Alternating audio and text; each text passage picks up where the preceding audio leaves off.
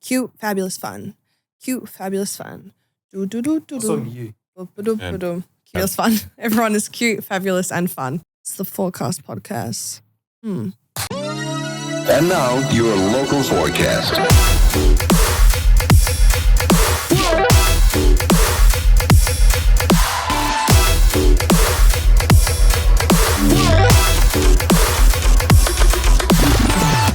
All right, here we go. Welcome to the Forecast. My name is Sonic, and I'm joined by my co-host, Chief Street. Oh, hello. And tonight, I'm pumped. We have a very special guest. We have Alex Hosking in the house. Welcome. Welcome. Thank you. So, you're in Adelaide. Mm-hmm. So, for all your fans out there, they probably think you're from the UK or America, but you're actually from Adelaide, Australia. Yes, I'm from Australia. I'm from Adelaide, and I'm proud, and I'm trying to get that out there. Amazing. Yeah, well, we've got lots of questions for you tonight. One of which is, how did you get out of Adelaide? But yeah, welcome. Basically, this podcast episode is about unraveling your story, your journey, because I think a lot of our listeners would be intrigued to know how you went from, I guess, where we all started out, right? But you have written music with some phenomenally talented, large industry names. But you're also very successful in your own right as a singer-songwriter. So let's just dive straight in. Chief and I are going to quiz you. Ooh. How did it all start? So did you started making music, what, since you were a child, or was this a later in life thing? Yeah, so I started writing songs when I was little, and I honestly just thought that everyone had a princess journal and wrote lyrics in them. I just thought that This guy did. You call me. I heard about that. I just thought everyone did that. And so I remember, I think I was like in year 2, and I came to my parents. I was like, check my new song. And they're like, okay, interesting. And then it just never stopped. Yeah. Mum and dad will always mum always says, she's like, I told you could be anything, and you really ran with it. And like, Nice. And I did. I just kept on writing songs. But I really thought that everyone did that as a kid. So I guess, yeah, it just was one of those things. Was there a lot of music in your family? Like, were your parents playing instruments or anything like that? My parents actually met singing, and No they way. met singing at church. So actually it was a wedding. So they were both asked to sing, was it called like Internal Flame, or like some like Endless Love or something like that? Like some really sappy song. In the back of my head, but I can't think of it. Hugh song. Flame. Yeah. Eternal Flame, something like that. And they're like walking across, and they like met, and it's like, I mean, it's a really sweet love story, still together.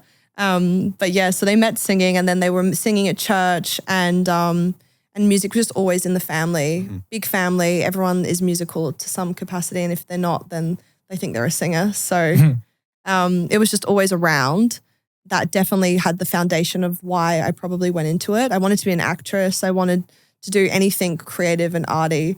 But one thing that stayed consistent was like the writing of the songs and the singing, and I guess that's what came out on top. So when did the penny drop for you? Like, my journey, it was much later. Like, I'd finished school. I was definitely encouraged to do music, but it was never a career opportunity. So I've gone off to uni to study architecture. The penny dropped for me in 3rd year when we're getting ready for our final exams. We had to choose whether to go into the master's program.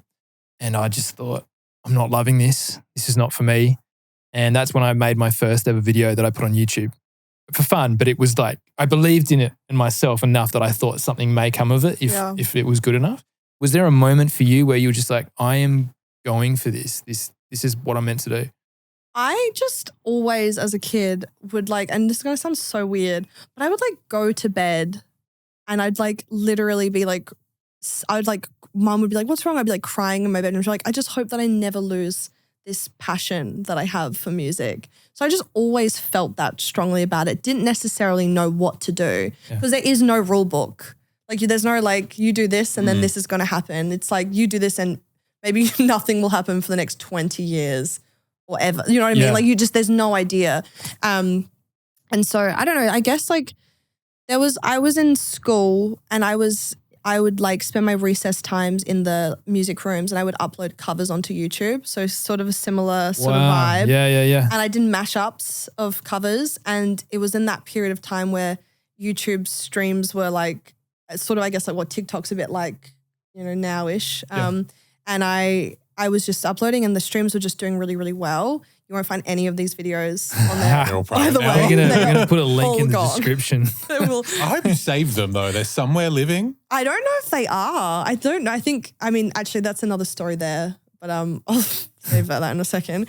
But yeah, so I was uploading these YouTube the covers, and then some producers in Nashville found me, and it was like my year 12 exams, and I was supposed to be there. It was the week of year 12 exams, and I like finished my last exam and flew out that day.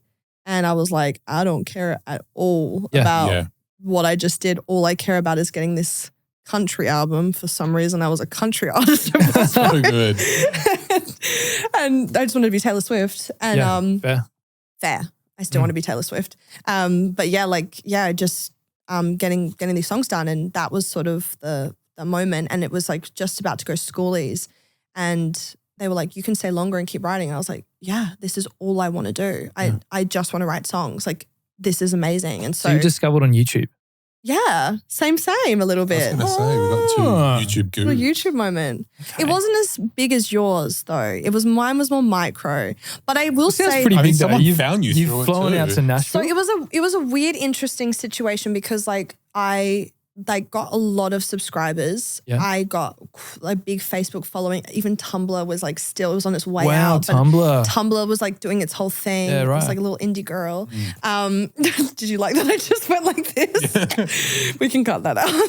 Nah. No. Okay, cool. The best thing is to just move on and not highlight it, and then it just blends into everything else. But yeah, no, like it was one of those, it was a weird situation. And then did that, and I had a manager at the time, like very, very light manager. Wasn't any contract or anything, but he was like, you need to delete everything because your fans will follow you. And so I had like 100,000 followers or something on platforms and stuff like that, and I deleted everything. What year is this? Why did he tell you? I don't know. I can't tell you because that would give away my age. Fair, okay. So he told you to delete everything. He literally he told me to delete everything. And people were going to follow you. Well, as in if you made a new one. He was like, if we get rid of it, because my stuff was like very like I guess organic, which like now it's like ridiculous because like exactly everything that we're trying to do and we're trying to encourage. But it was like me sitting at a piano playing. He was like, no, we need to make this way more professional. Yeah, we got to polish So let's get rid of it. And it was in a okay. period of time when people didn't fully understand all of like social media. It was still so new and everything was just, stranger danger online and I don't know, whatever, all of those things. Yeah. So like it was just a weird time. He didn't know what he was doing. He's an old school music head.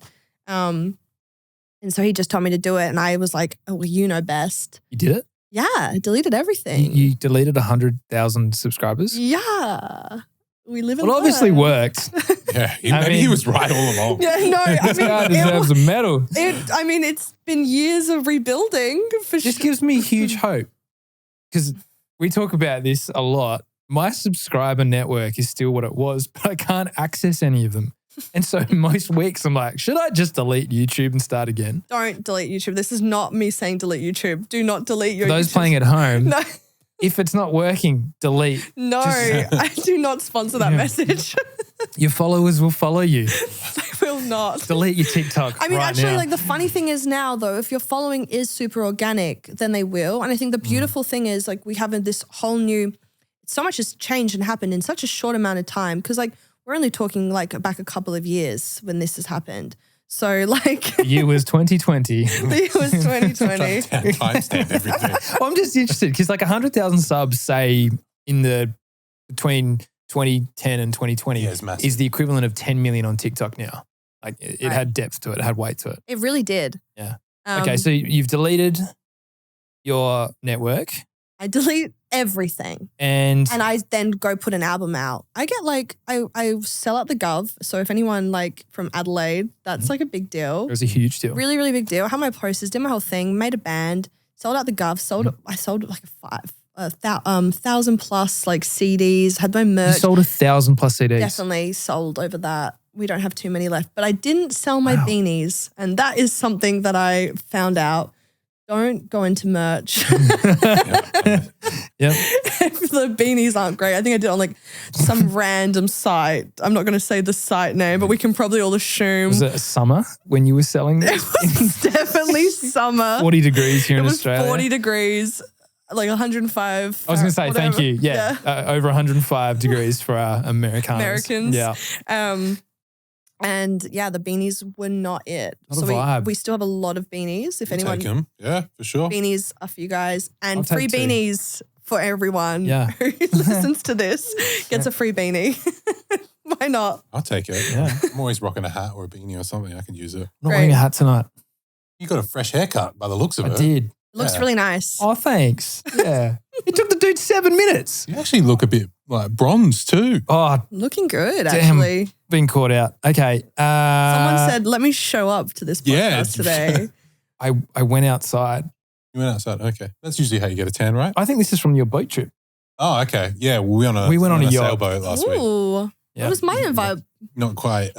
We didn't know you were here. Yeah. Rude. I Someone wasn't didn't Sydney, but answer her that's rude. WhatsApp messages. Anyway. That felt personal because I got 2 blue ticks and nothing. don't answer my WhatsApp. I'm so bad. No, I actually didn't answer any of Luke's. I just like we know. We were sitting here like, should we invite Is she Hosking even on the yacht? coming? Is she even going to come tonight? That's why we didn't set up. Anyway, so you've sold 1,000 copies, but not 1,000 beanies. You've sold out a Gov, which is a huge achievement. Is this where it starts to feel real? This is when you're like, this is what I'm going to do with my life? I was like, I like for years prior, I was already like a famous singer, songwriter, artist, every other thing that you could be. Like, in my mind, Yeah. I just was like, oh, this is it. Like, I'm doing it, and it was interesting. Like, I'm like, you know, in year 12, going into my gap year, I decided to take a gap year. Promised my parents I'd go to uni the year after if I could just pursue my music. So my friends are all going to Europe. I'm slogging it, working so hard. I'm gigging 4 or 5 times a week, working multiple jobs, doing the whole thing. Yeah. And I'm thinking, this is it. Like, I have my Taylor Swift moment. I'm really going to like crack it. It's going to happen. Nada. And I'm like, this is so hard. And then Sony was talking to me at the time. They suggested that I did X Factor. So I went and tried out, did X Factor. I made it like reasonably far into the show, but didn't get much airtime. Wasn't really for me. I found that process like not super cohesive to my artists. Sure. But that year I ended up writing for the Voice winner, which was the first year of The Voice, which was Celia Pavey. She's now known as Vera Blue. Oh, yeah. And I actually wrote her song and it went like #1 on iTunes. And it was like kind of a big deal. And it was her debut, her song. It was the lead single. And that was like a really interesting space because for the first time I was like, oh, I can write for other people. Yep.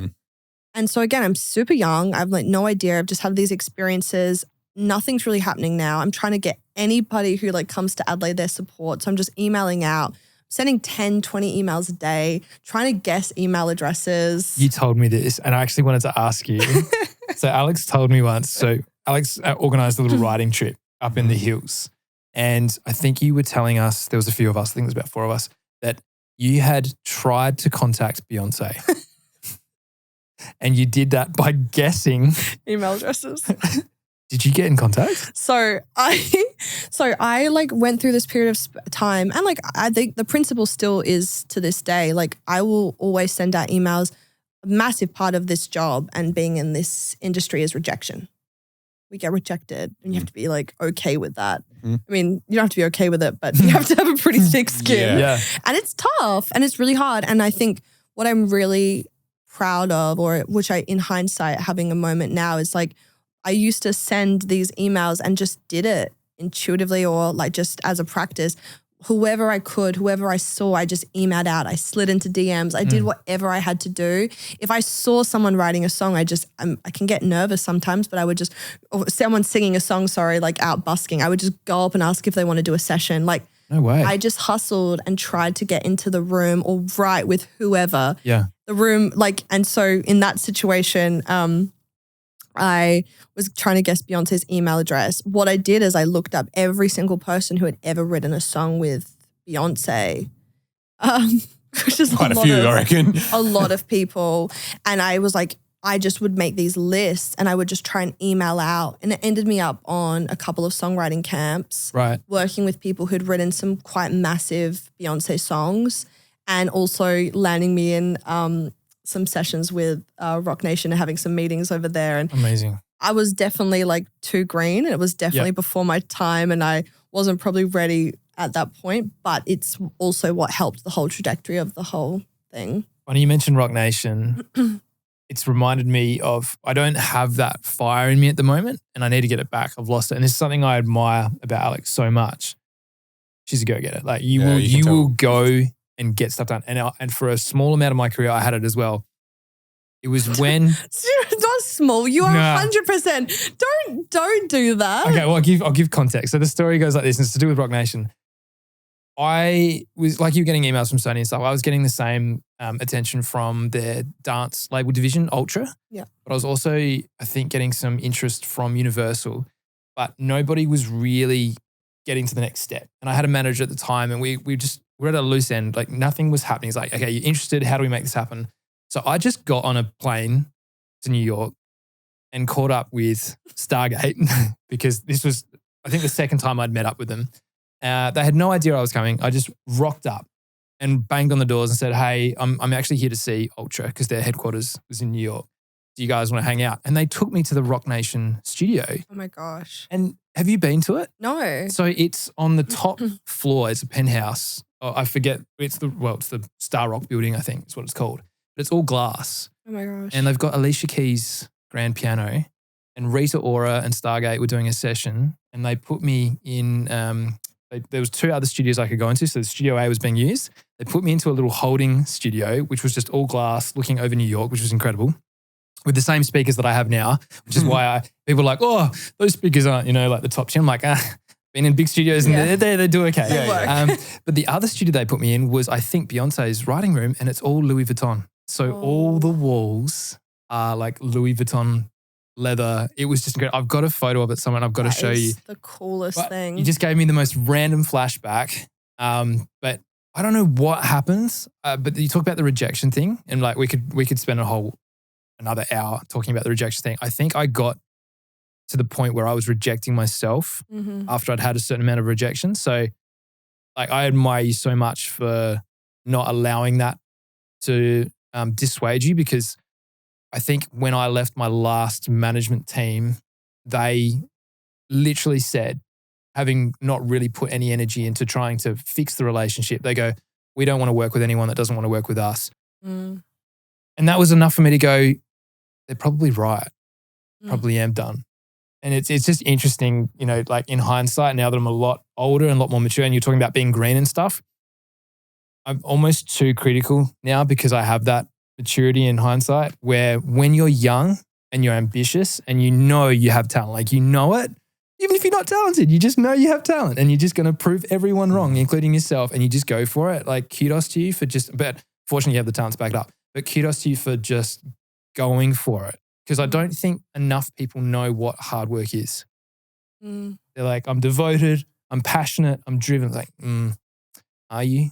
You're waiting. It's a really hard thing. Like the rejection part is like the hard. There's a lot of hard parts to this job. You don't do it unless you absolutely love it, right? Yeah, you have to really love it, right? Because it's hard and it's lonely, and it's really lonely, and you're your own boss. And let's face it, like people that try and start their own businesses, like how many failed businesses is there? Like I think it's more than 50% of businesses fail within 4 to 5 years or something like that. So you could say that's easily the same for artists. So it's the exact same process. We're all our own employer. Like we're our own boss. We're our own company. We are the brand. It's so much harder. Yeah. So much harder. Like you think even like, someone starting up their own shop or something, and like they talk about the brand and the business and stuff. You have to do that about yourself, and you have to have enough hindsight and internal and like ego and all of these things, but have to be humble and it's a full on thing. You don't do it unless you absolutely love it. Yeah. And I can see and understand and appreciate how people can become like, just one little move or one critical opinion. I try so hard to be careful with my words, because like it's so like damaging, and so like you just don't know what you could say to a young aspiring person or someone you're working with that could just like instantly go like, ugh, and that could be the end for the thing. Well, I think I'm probably that was me. And it's like, someone probably didn't think what they were saying. They were just like, it's, whatever, doesn't matter. Yeah. And wouldn't have meant anything by it, but it just hits so hard. Yeah, well, I know now that I thought I was a really nice, kind person. I'm not. Why? I'm working on myself. You are. Not to myself. Oh. Maybe to other people. I probably try and fix everybody else's problems before I fix my own. Sure. And like last year was rough, like real rough. Coming out the other side of it now, but realizing that to get that spark that I had 10 years ago, 10 years is a long time too, right? It's still there. I can still do it, but it takes a huge momentum, an enormous amount of energy to do it. And I have to be so careful, like what you're saying, to not discourage people because it is possible. You can do anything. You can literally do anything. You just have to want it. You just have to want it, and you just have to you just have to be excited enough and just and have a little bit of courage and be a little bit fearless, and you can have it. And I remember when I was coming up, I would get lightly mentored by certain writers or people in the industry, and they were like, oh, don't listen to me. I'm jaded from the industry. It was this word that was always said, I'm so jaded. Yeah, I've heard that a lot. Yep. I hated that. And I remember again being really young and being first I was like, can't wait to be jaded. And then, and then I was like, okay, no, hang on. I never want to have that. And as I continued through, the people that I see are the most successful, the ones that it's like water off a duck's back. Totally. Don't let it. Yeah. There's no playing the victim in this game. You just got to own it. I'm fully responsible for where I'm at in my career because I decided not to work with people that didn't align. And then, the pandemic happened and I lost all my, everything that was tangible, everything that made sense to do no longer existed. So it's you got to pivot. And I just had to suck it up. All right, so what do we do now? So we put everything into the studio. Luke has been kicking goals overseas. I've actually finally aligned with people that are making music to my style and I'm super pumped and I'm ready to get out of Adelaide. I'm just a little bit older and wiser and grayer. So it's not a bad thing, but yeah. Great thing. Silver foxes do really well. Rude, Alex. We're not silver yet. We are. We just cut it out and I don't have a beard because it's going grey. No, I will say this though, right? So when we did Fake Friends, PS1, DJ hasn't really done the whole studio thing. So he's more of the live component, DJ'd everywhere across America, done the thing. That's his space. And he heard Fake Friends working with the producer Mark Alston, their duo team. And he took the song and he just sent it over to Perfect Havoc, which is a record label which Joel Corey was on when he had the first big song. I think it was Lonely or one of the first tunes that he had. I can't remember.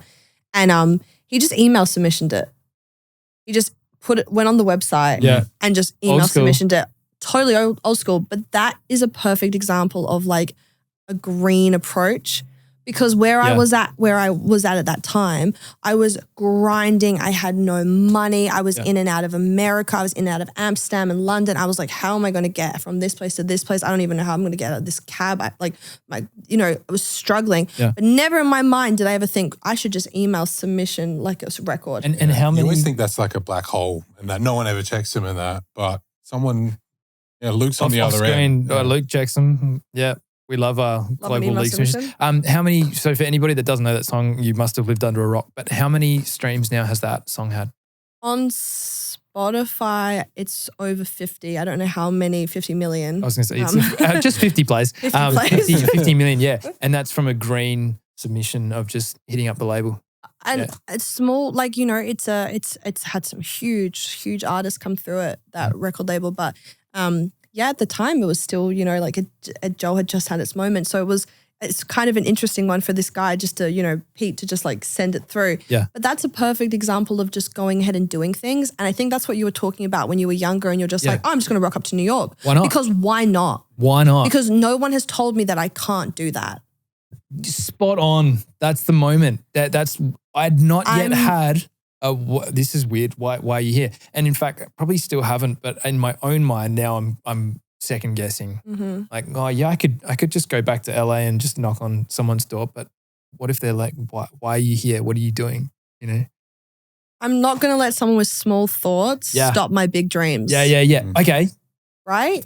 Oh, I want that on a beanie. Don't take that because that could be my next beanie option. I'll take 20%. No, you go. After everyone gets the beanies from just the send last me one. one. I would wear that. We would wear that. All right. Well, I don't want to go too far off the course of your journey, but while we're on the small-mindedness, have you felt that Adelaide, maybe even Australia, in the music industry, and not that we're shitting on the music industry here, but you've probably seen it's like night and day compared to what's happening overseas, right? In terms of the enthusiasm, maybe, and the camaraderie, do you think it's better overseas than it is here? I wouldn't say better. I think like every single place that I go to has its like pros and cons. Mm-hmm. I love being back here. I'm actually doing like an EP at the moment and I'm working with like all Aussie musicians, like getting like the synths played by like Luke Millions. Yeah. Another Aussie, right? Yep. Local guitarists. Like I'm like tapping into the resources in my own, like even just being able to do things here. Yeah. There's greatness in Adelaide and I'm so passionate about it.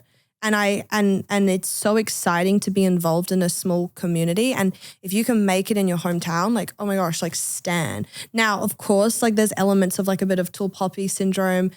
Culturally, we see that. We know that. That's not a new thought. It's strange though. We see it. Don't believe it exists overseas. It's not as prevalent in, I think, American culture. I think in like British culture, like people are a little bit more subdued. Like they don't really want to brag. It's a little bit more chill. I think we can relate a little bit to the Aussie culture. I think like Aussies, we're just like so laxed and like laid back. It's like if someone's like running around, they're like, that's crazy. What, like whatever. Yeah. So I can appreciate to that, like that space. But I also think that like what comes out of Australia, like if you look at the charts and you look at like the things that are happening out here, like we're low-key brilliant. And Adelaide's low-key brilliant too. Like we have some big names from here. We definitely do. But why is it low-key? You know what I mean? It's actually high key. It's high key. It's high key brilliance because it's like I feel like we should celebrate and like be a lot more excited about what's happening. And I think we need to change our perspective on that. And I think, again, it is part of the culture. It's like we are just like, oh, like cool, chill, low key. Yeah. So it is a good question. Why is it low key? It should be more high key. We should be more proud. There is some dope ass shit happening in Adelaide. There's some dope ass shit happening in Australia. And there's some cool artists. There's some people that are making some real stuff. Yeah. And like it's changing the world. Yep. 100%. So like I stan Adelaide. Like it's like a crazy fan. I'm like that So just good. in case. I rep. I'm like so proud. And I'm actually out in Sydney next week. I asked like my team to like give me like the most underground DJs and producers. I want bedroom producers. I want to work with people that are like on their come up. I want to have those experiences because like there's nothing greater. And I want to like, you know, whatever I can give to them and hopefully and vice versa. There's so much to learn and they're the ones that are making the cool stuff. Yeah, there's always cool stuff in the underground. It's like the next thing that's going to be popular is happening below the surface. Yep. So tapping into that space. And I think that just goes to another conversation, which is ego. And I think like that's the biggest thing is like leave your ego at the door, like in every situation. But like I do not care. Like you're as good as the worst person in the room. And if you think there's a worst person in the room, you probably are the worst person because you're going to be stopping every idea. Yeah. Yeah. And I really stand on that. You were telling me of some studio sessions where there'd just be one person was just off. Yeah. Yeah. We've all had it. You did, and it's a grind, right? Yeah. You never want to be that person. I was going to ask, like, how do you not get in your own way when you're in a studio session? Because I found the first few times I was working with clients in that, you know, that studio was a foreign space to me. I wasn't like zoning. Felt different. I'm sure by now you've done it that many times that you're used to it. But early on, can you remember like were you just a natural and it was fine? Or did you kind of have to be like, no, believe in yourself and go for it? I've got like 100 and I mean, how many sessions do I do a year? Like 300. I probably do like over 100 sessions a year, whatever. I can tell you over like, I don't know, 800 stories of anxiety attacks. So that feeling never leaves. Yeah. I think it's a really bizarre concept. I think sessions are incredible. I always say I want to be a fly on the wall of someone else's room. probably more so just for my anxiety, just to know like, okay, does everyone else have those internal thoughts? Yeah. Like my biggest thing that I'm we're all empathetic because we're creatives and we have that. So my biggest fear I have is for like the producer who turns to the piano and goes, okay, and like tries to find the chords. I always feel so bad for them. And I'm always like, okay, I need to come in with like chords and ideas and, you know, make it easier for them. I've had so many terrible, terrible sessions, and for whoever's fault or for whatever reason, or someone rocks up late or you rock up late or you're just not feeling it or someone else isn't feeling it. Someone gets a phone call, like they get bad news. Like there's so many different things. And I have so many stories to that. Like even with fake friends, I got kicked out of the session I was in. So like they were like, you are not good enough to be in this room. Excuse me? I wasn't. I agree. I wasn't good enough. I really wasn't. And I went off and I called my mum like the adult I was. And I was like, Mum, I'm leaving. This has been a terrible experience. I don't know why I ever did this. I'm going back to work in gyms. That's where my passion is. I don't want to do this anymore. I'm leaving. And my mum and dad were on the phone. They were like, okay, this is your make or break moment. You've done a really, really good job. You've made it all the way here. You've made it further than most people will ever make it. So you can stop or you can just like toughen the fuck up. Yeah. And with so much love. Yeah. And I was like, okay, cool. I actually really want to like, my parents would never swear, by the way. So they didn't say fuck, but I did. They were like, yeah, you can, yeah. And so I went into like a little drum room, like a little control room, and I sat down and I had like my little crappy chords that I could play on the piano, and I started writing Fake Friends. And the chorus that's no longer in the song was all about like these fake people. About the people in the other room? That I just wrote, yeah. And that's how the song happened. I've had so many sessions where like awkward things have happened. People have not rocked up. People have thought like I wasn't going to be in the session, and like just egos getting in the way of like the writing process or like whatever. And I appreciate and understand it because there's a burnout culture, you know, doing 5 sessions a week minimum is like a lot of sessions. Yeah. It's too much, you know, and so people like you can just get in your head and you can get, you know, a bit of ego because you're like, oh, I'm sick of working with people that like, you know, aren't bringing what I'm bringing or whatever. But I had an incredible mentor in my life early on, and I had this session and the guy was not very good. You know, he was slow. He couldn't get the chords going. He couldn't like this everything. And I wasn't very good, but I had a bit of ego. And I was like, ugh, terrible session. And I went off and I spoke to her and I was like, you'll never guess. Don't do the session with him. He's the worst. La, la, la, la, la. It was me. I won't say names. I won't say names. And she was like, oh, right, noted. And then she went into the session and she wrote the most amazing song. 2 weeks later, the song got picked up and it's 100 million streams. Now, later, it was like picked up, gone straight away, did all the things. And she turned around to me and she said, you're only as good as the worst person in the room. And that's like always stayed with me. And that was the ego thing. And it was like, I got checked very early on. Like, you ain't as, you know. It's hard creatively because you're never guaranteed an output anyway. You could sit in that room for 8 hours and nothing of worth can come out. So. And again, changing the perspective of it, it's like, nothing of worth, or like the fact that you got into the room and you did that, like that's the starting process to maybe tomorrow's song or the song after. So nothing's wasted. Nothing's ever wasted. And I think again, like a creative process, like there's no structure to that. You can't just say like, oh, I'm going to just sit here and write a hit song, right? So like there's a million incredible stories behind every like hit song, or, you know, and a million terrible ideas behind every hit as well. Yeah. So like with Fake Friends, was there anything special about that song, or was that just another session, like another track you've written and you just thought, yep? It was like just another session. And I think also because of the space and where I was writing it, I was writing from a place of real desperation because I'd just been kicked out of my session. So I was really like, but also it was an outlet moment too, because I was like, okay, well, these guys are fake friends. Emotion in it. Yeah, there was. I was told by one of the co-writers in that I brought that song into, that I turned around to her and I was like, you're welcome, I just wrote you a hit. And she's like, she held it and then she like told me later on and I was like, oh, she's a little bit sassy over here. But no, it wasn't anything it wasn't anything necessarily like special. Sometimes you have those moments where you're like, oh, I know this song's going to come out. Like this feels really good. Sometimes they don't come out. So, maybe that's the maturity in it, is like I just write songs because they feel good. And in the room, that song is for me. And I will enjoy that process, and I will like have an amazing time with my co-writers and like just nurture it and be as like sappy and as like protective over my song. But as soon as I leave that door, it's no longer my song anymore.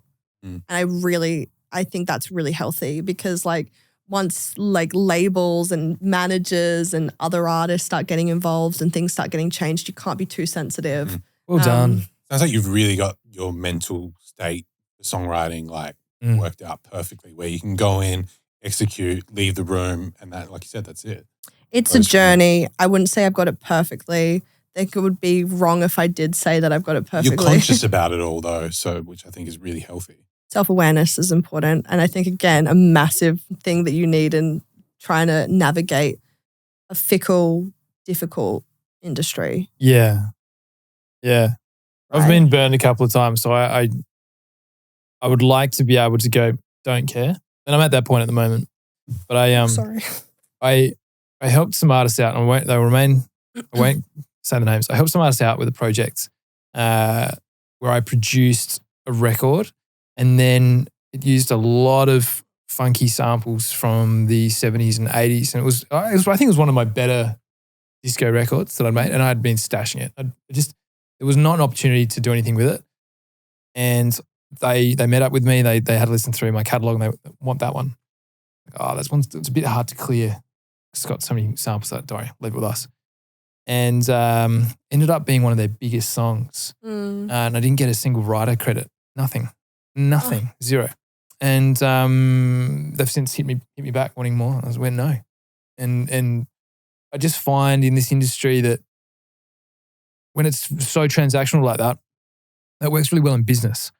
But when it's incredible you can do that, because I'm at the point now, especially now that we run these studios, that no, it's yours. Like, I don't want any of this. Like, you've come here, there's been a transaction before you've even come here, and that's it. That's done. Like, it's all your IP. It's all your whatever I've done to contribute in that time. Like what you're saying, awesome. And after that, it just gets messy. But to get to that point, I actually had to be burned to go, it's just not worth it. It's not worth putting fixing my ego to this project once I've passed it on. It's now yours. So I think also like interesting on the contract stuff, because I think it's really important that us creators, songwriters, producers, artists have more conversations about the contracts that we sign.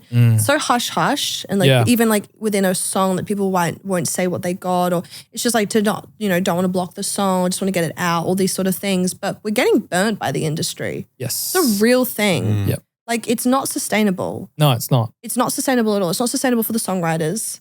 It's just sustainable for the artists. Yeah. And the only people winning are the record labels and the distributors. So like, it's not sustainable in the way that it's working. So we really need to continue to have these conversations and empower each other and like go like, what did you get? What are you doing? What are in your contracts? Yeah. Having these conversations is what allows growth. And I think like, that's like a massive thing. Like, you've had that situation happen younger. Again, it's like all these little burns, all these little rejections, and then you're getting told every single day you got to get up and write another song. It's like, wow, like of course people are going to fail. We're not set to succeed. It's not, there's no process there for us to win. Yeah. That's so damaging. Yeah. And like when people get there and get up to the top, you see them have these massive burnouts.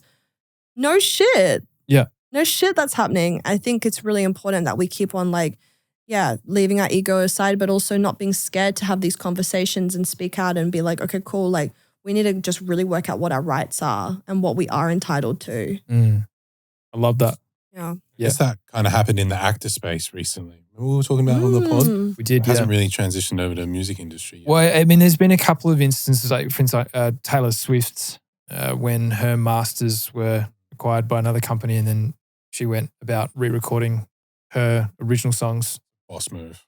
Massive boss move. And just doing it. Like, that's one of those perfect examples of someone like when you first start and you just go off to New York or you just upload it to thing. She just did it. Correct. Right? Like, that's something, because why not? But like, again, like we can distribute our own songs, we can set up our own companies, we can do all these things. You've done it, like you're making that happen. Yeah. There is those opportunities and those options there, and it's just about like, again, knowing our rights. I think we get so caught up in working in our businesses, we're not working on our businesses. Yeah. And so we're just in sessions every single day, writing songs, or we're out touring, doing gigs constantly.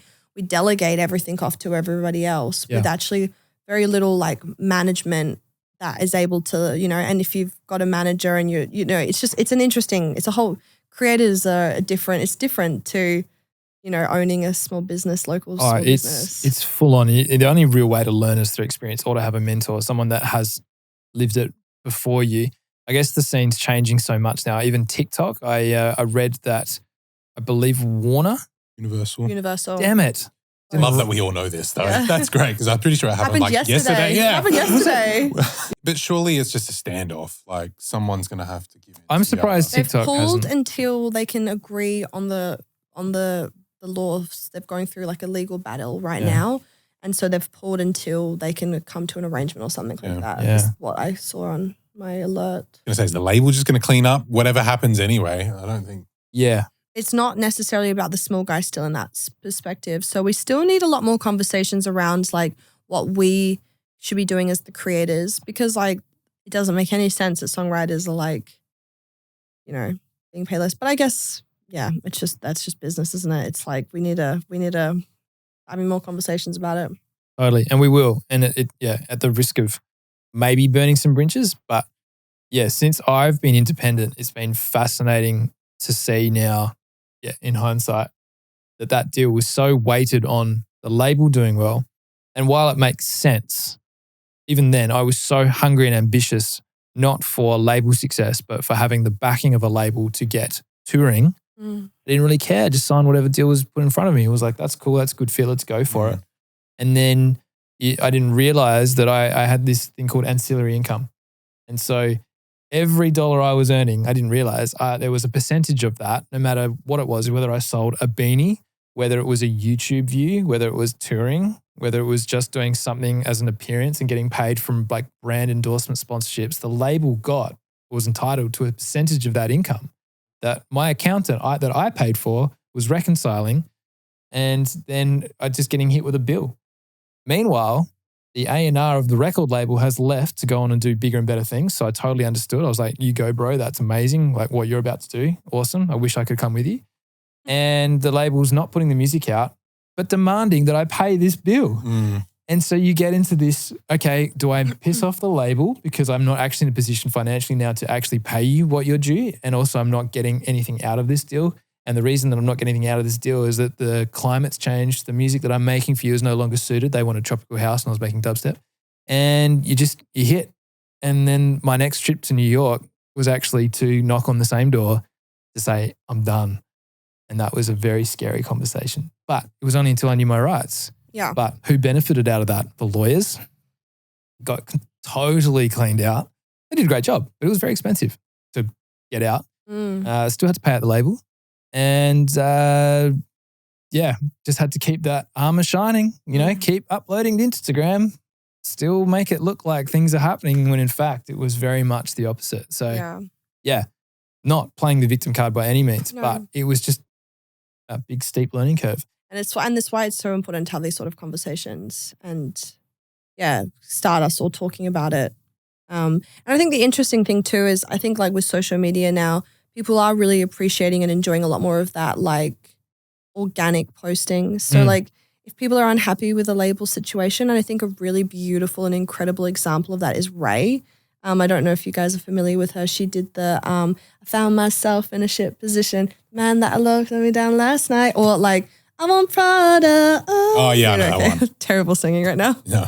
Just we'll auto-tune better it. than us. Definitely auto-tune that. But she just did that. She's written like so many massive dance songs, like all of the songs that you guys would know, DJ'd out, all of that. She's behind them. Songs with everybody. She's done so many albums. She's worked with everybody. She's done all the things. And she just got to a point where she's like, I'm an album artist. Like I want to be releasing my albums. And she did it independently. And it went to like #1 everywhere. And she's in Australia right now doing, is it Laneway? Well, not Laneway. Slameway? What festival's on right now? Slameway, yeah? We get her on the podcast. Yeah, she's coming on tomorrow. She'll be here. Then back-to-back episodes. Yeah. But she's a perfect example of somebody who, like, again, has just like gone and been like, I just was so open and candid about her experience to the wider audience and been like, this is my situation. I still love the people, but I don't love the experience of being signed to a label. Nice. And I'm going to put it out on social media. And it was so well received because it was real. Yeah. Everything organic now and real is performing way better than polished. This podcast is the realest I've ever been. Unfiltered, you know? Yeah. Yeah. But like before, it would be about how clean can this photo and video be, and with no mistakes. Even going back to, deleting your 100,000 followers because you wanted to seem more professional. Makes me sad because I feel like, there could be a biography about you and they could have had those clips of you playing your piano way back when you were young. Yeah. Now they're all... They're somewhere. I mean, to be completely fair, they were really bad. So I'm glad. It's like a 3-second clip. Yeah. Yeah. I don't know. Have you seen TikTok? Like that's true. Yeah. I'm sure there's somewhere. I'm sure there's like a photo booth or some sort of like Mac computer somewhere that's like storing all of this everything. horrible. I did all the same stuff as well. Like I used to upload like guitar covers and all that to YouTube and that. I'd be like in my bed with like, children's type. Like I was that young that all my quilt covers and that were like Spider-Man. Yeah. No, they were like bananas in pajamas the same probably. But yeah, I don't know. Have you seen on TikTok Post Malone's first music video? Yeah, in the denim. I love it. So great. Yeah. I mean, it's terrible, but it's like amazing because it's like you just have to do those things. Yeah. Like, it's like everyone has a starting point. Yeah. I saw the most amazing video of like Ed Sheeran on some like talk show, and he was like, I just want to say, like, I wasn't born like this wasn't like, they didn't just come out singing songs like this. And he played like a little snippet of like one of his songs. He's like having like multiple like octaves, like, and it's just terrible. Yeah, right. It was so funny, but he was just like, this is one of my first songs I ever wrote. It's terrible, and I don't like, doesn't mean that like I'm not the number one artist ever, period. Like, so, yeah. Oh man, I should go into the archives and find some of my music, put it on a CD, see if I can sell 1,000. I want to do it. Yeah. Okay, so you clearly you figured out that the career's happening now. We'll get back to your journey. You're in the thick of it. You are a professional songwriter. You're also an artist, so you're releasing music as your alias, as your name. Yeah. Yeah. Okay, so what? Let's go. My government name. Sorry. Yeah, It's not really an no alias. secrets here. It's not really an alias. secrets. It's your age. Not spelled differently. What's No, keep going. what's on the cards for Alex Hosking 2024? Obviously, can't name some things. I wish that I could because I've got some really exciting things, but I will talk on this.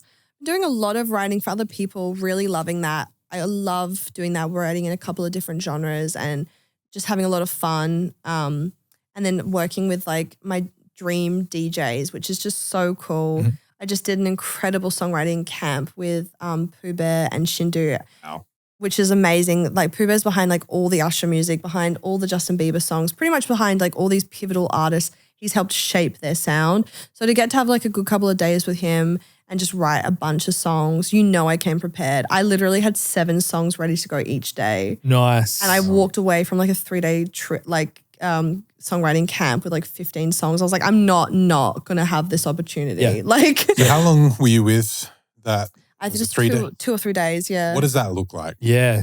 It was just honestly like mayhem. We would start the days really early. We actually did it in Melbourne, which I thought was so cool.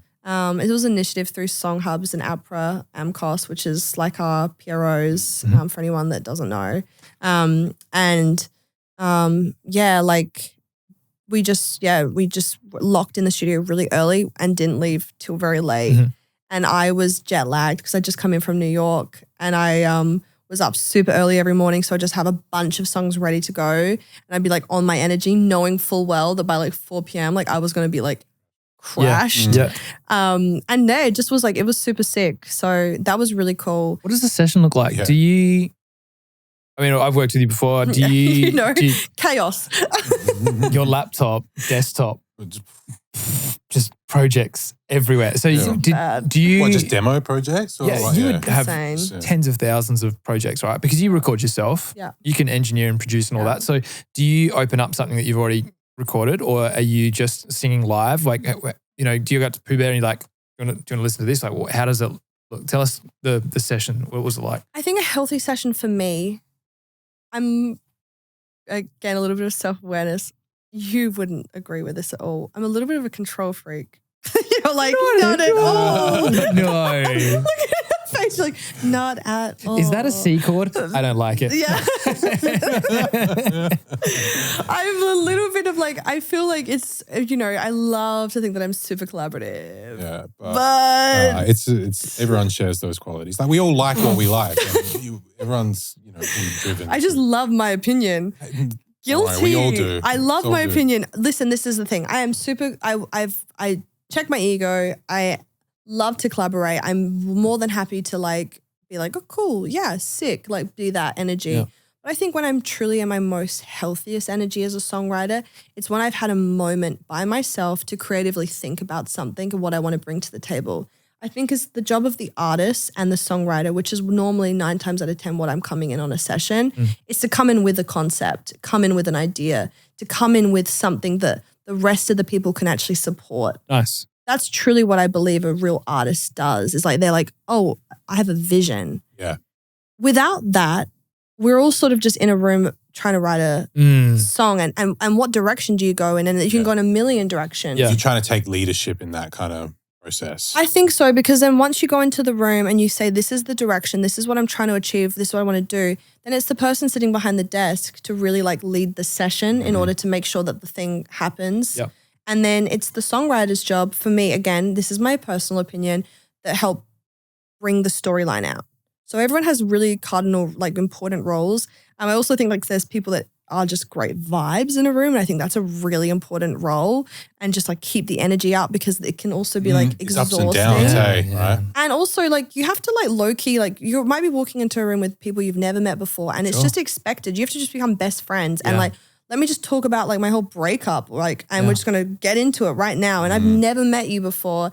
And that's not comfortable necessarily. So you have to have a lot of trust. And again, 9 times out of 10, you're telling people things that you haven't even told your best friends yet, Yeah. So, I guess for me, a healthy session is that the most exciting part for me in that process though, is that I feel like I've started to really gain a whole nother skill set in production. And so now I'm coming into the session with a beat that I've made. Nice. We're in trouble, man. Yeah, I know. We're out of a job. Yeah. But I'm coming in with a basic beat, basic chords, the concept, the idea, all of these things. And I'm bringing it to the table and I'm like, this is the direction. This is what I want. And if it's not the vibe for today, then we'll go on another one. Mm-hmm. Or we maybe just take the top line and we scratch the whole beat. Or maybe we just take the beat and we scratch the top line, whatever. I just try to bring as much to the table as possible. So prepared. Awesome. Awesome. Real professional. Yep. She's a professional girl And on time. doing professional things. Yeah. Pro. Absolute pro. No, that's awesome. Yeah. There's been plenty of sessions where everybody's like, so what are we doing? Yeah. I guess someone's I have this beat on my, So, and that happens. And I'm not saying there's sometimes I'll come to a room exhausted, maybe you did a gig the night before, whatever. And you're like, I just have nothing to bring. Yeah. But you've got to kind of hope and pray that one of the other people have had that same energy that you've had. I actually have a concept, and you're like, oh, thank God. Do you get time before the session to meet, or are you just thrown in the studio straight away? Normally just thrown in. Wow. Okay. One of the things I'm trying to do here at this studio is similar to before we started this podcast, is just sort of have a debrief, or even get a meal. Yeah. Best icebreaker. Only problem is one of our artists, she always falls asleep. As soon as she eats, it's gone. I'm going to go home now. It's what?